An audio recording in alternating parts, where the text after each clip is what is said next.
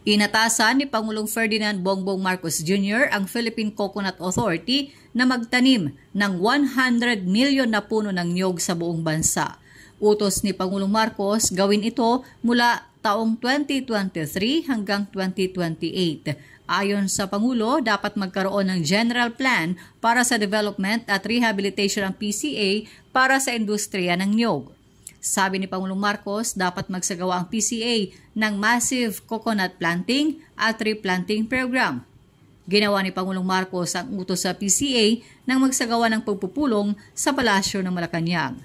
Mahalaga rin ayon sa Pangulo na makuha ang pulso ng mga nasa coconut industry. Target ng PCA na magtanim ng 20 hanggang 25 milyon na puno ng niyog kada taon.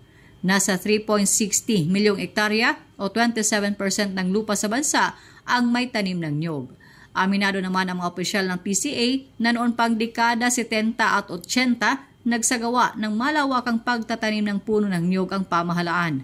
Dahil sa limitadong budget, umabot lamang sa 1 hanggang 3 milyong puno ng niyog ang naitanim nitong mga nakaraang taon.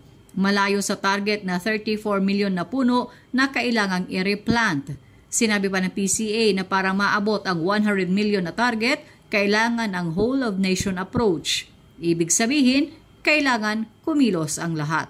Base sa talaan ng PCA, nasa 15.86 milyong metrikong tonelada ang produksyon ng niyog ng bansa noong 2012.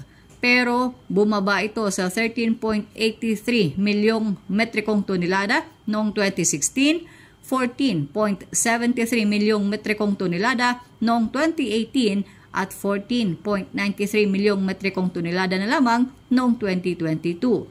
Sabi ng PCA, pangunahing dahilan kung kaya maraming puno ng niyog ang nasira ay dahil sa mga nagdaang bagyo, mga peste, natural disasters at climate change impact. Noong nakaraang taon lamang, nasa 340.6 milyong puno ng niyog na lamang ang namumunga. Mas mababa ito ng 6.2 milyon kumpara sa 346.8 milyon na naitala noong taong 2021. Shona Yu, Radyo Inquirer, Bayang Nagtatanong, Mamamayang Nag-uusisa.